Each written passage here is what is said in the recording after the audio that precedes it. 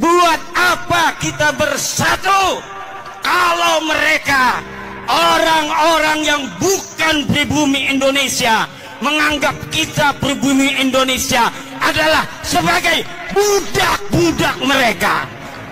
Kok ya masih ada orang yang teriak-teriak pribumi diperbudak.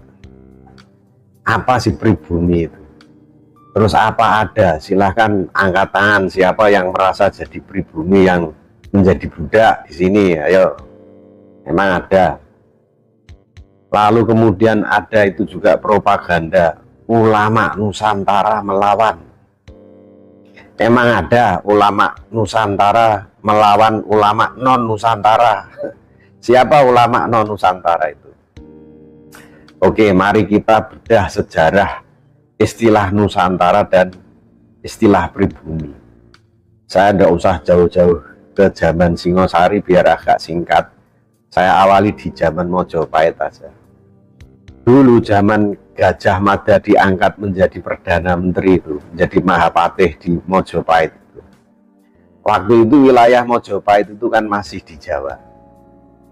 Pada waktu itu Gajah Mada bersumpah yang dikenal dengan Sumpah Amukti-Palapa.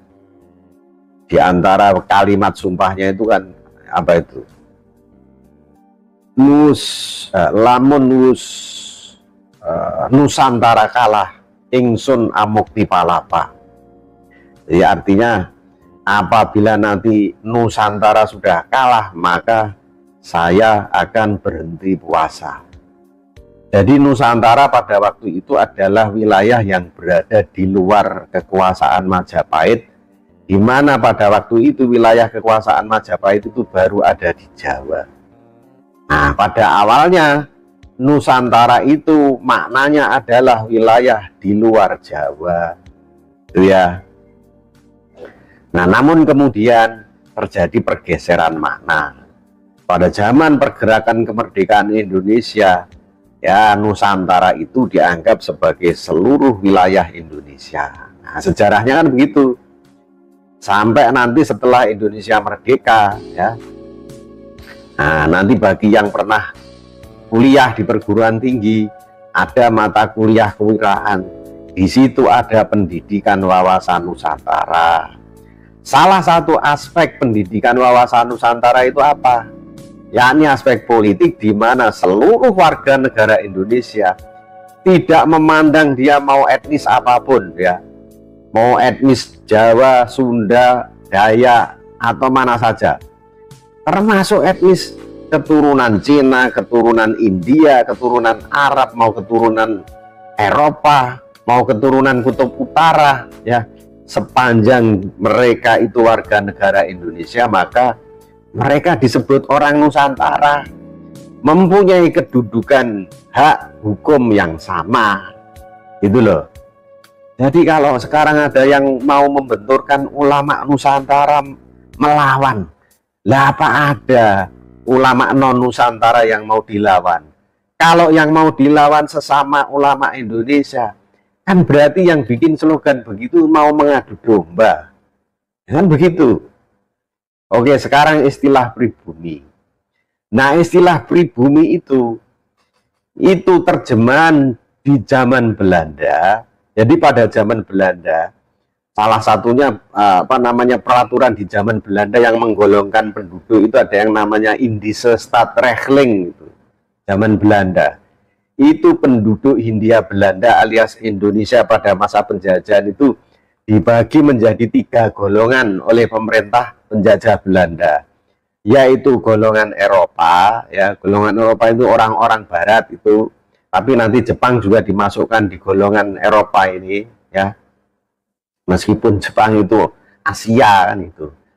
Nah, kemudian ada golongan timur asing.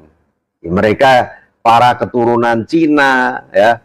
Terus India, keturunan Arab yang hidup di Hindia Belanda itu pada waktu itu digolongkan sebagai golongan timur asing.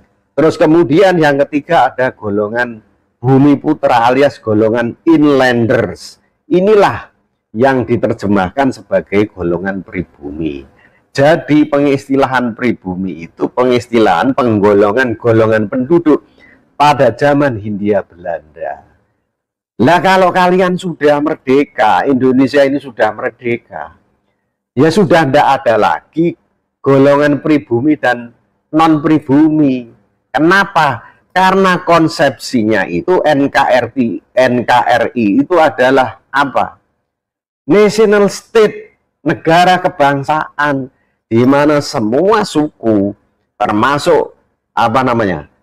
Semua suku termasuk keturunan Cina, keturunan Arab, keturunan India, keturunan manapun selama menjadi warga negara Indonesia, mereka tidak bisa disebut sebagai non pribumi. Kan gitu. Mereka tidak bisa disebut sebagai non Nusantara. Nah, kan gitu. Lalu zaman segini, zaman Indonesia merdeka kok masih menggunakan istilah pribumi dilawankan dengan non pribumi. Kan ini juga pecah belah. Makanya di dalam rezim reformasi dulu, Presiden Habibie tahun 98 kan pernah mengeluarkan itu instruksi presiden. Larangan terhadap penggunaan istilah pribumi dan non pribumi dalam peraturan perundang-undangan dan setiap kebijakan pemerintahan dari pusat sampai daerah, kan gitu. Jadi sudah dilarang itu penggunaan istilah pribumi non pribumi itu, karena itu istilah pecah belah ya. Nah, kalau kalian belajar tentang ilmu sejarah itu, termasuk sejarah antropologi, ya sebenarnya di dalam Nusantara ya, di Kepulauan Nusantara ini pun tidak ada yang disebut pribumi. Semuanya itu para pendatang, keturunan para pendatang. Jadi tidak ada pribumi, gitu loh. Apalagi setelah Indonesia merdeka, sudah nggak ada istilah itu. Makanya orang-orang yang menggunakan istilah itu membentur-benturkan golongan ya, menciptakan luka lama ya. Pada zaman penjajahan itu sudah digolong-golongkan begitu, ya maklum itu zaman penjajahan.